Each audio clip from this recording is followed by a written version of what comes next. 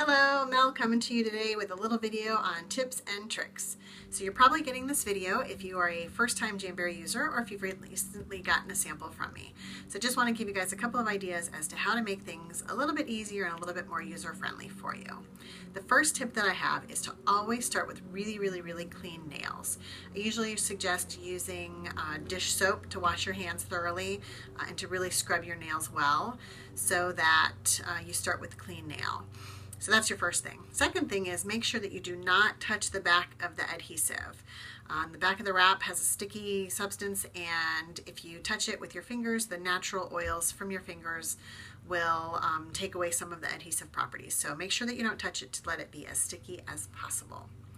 Even if you have clean hands from the start and you don't touch the back of the wrap, you still might not get the best seal with your Jamberries. So a couple things that you can do if you need to make that seal a little bit better. And sometimes a couple of days later even you'll have to go back and do little touch-ups if it might be lifting a little bit off of the edge of your fingernail. So what I like to do personally is grab a Ziploc bag.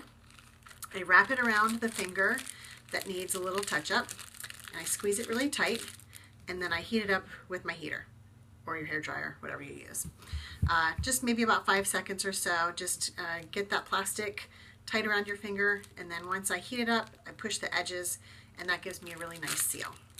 Second thing you can do is you can use a flat iron. Jamberry probably doesn't suggest this. However, some people find it very effective. That if you need to, turn it on, turn it off, make sure you don't burn yourself. Some people will just take the edge and they'll just tap it gently to make sure that that seal goes on a little bit more. So a couple of suggestions there.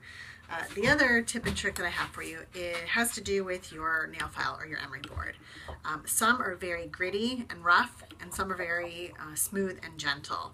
So just kind of get to know what's going to work better for you. I've got a girlfriend who can use the gritty Jamberry nail file, and when she puts her wraps on, she just does about 3 strokes down with the nail file, and boom, the excess is off and she's good to go. For me, that doesn't work very well. I have to use something a little bit more gentle, like a glass nail file, just because otherwise it's just too rough on the wraps and they start to lift away from my fingernails. So another little tip, just get to know what's gonna work best for you. The other thing to make your life easier as you continue to use Jamberries is once you have a full sheet of Jamberries, make a photocopy of it on a copier on a sheet of paper so that you have all the different sizes. And I've just made a note here on the side as to which wrap fits which finger.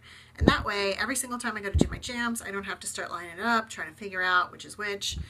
So I just use my little cheat sheet and it seems to work pretty well. The other thing that you can do, you like my props, tape. So if you do a pedicure, especially for your big toe, a lot of big toes aren't really symmetrical in the shape of the nail bed. And so if you just take a piece of tape and you just put it right over your big toe, for example, and then you take a little ballpoint pen and you can just trace right over, right where the cuticle and the skin meet.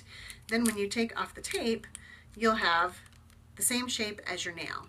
Then you can put that on the back of the sheet of the wrap and you can just cut it to size, and voila, it will fit properly. So that's a fun one. I do that when I do my pedicures all the time. The other thing is I made a whole video about this, but I will just touch on it briefly. When you go to take off your wraps, you have to be careful not to pull the wrap from the cuticle end down towards the tip. If you do that, you are most likely going to damage your nail, and that is bad. So don't do that. You always want to break the seal on the side, and you want to pull it sideways or even push it off with a cuticle pusher sideways. My better option, which I am now in love with, is to use coconut oil. I put a little coconut oil in a shot glass. I heat it up in the microwave for a little bit just to make it warm, and then I use my trusty flosser. And once I break the seal, dip my finger into the coconut oil, then I just floss it off, nice and gentle on my fingers, no chemicals involved. I do love it. So that's my most recent find of a little tip and trick that I thought I would share with you guys. So I hope this has been helpful. It's been 5 minutes. Sorry to take so long. Have a great day. Use your jams. If you have any questions, let me know. manicureswithmel@gmail.com.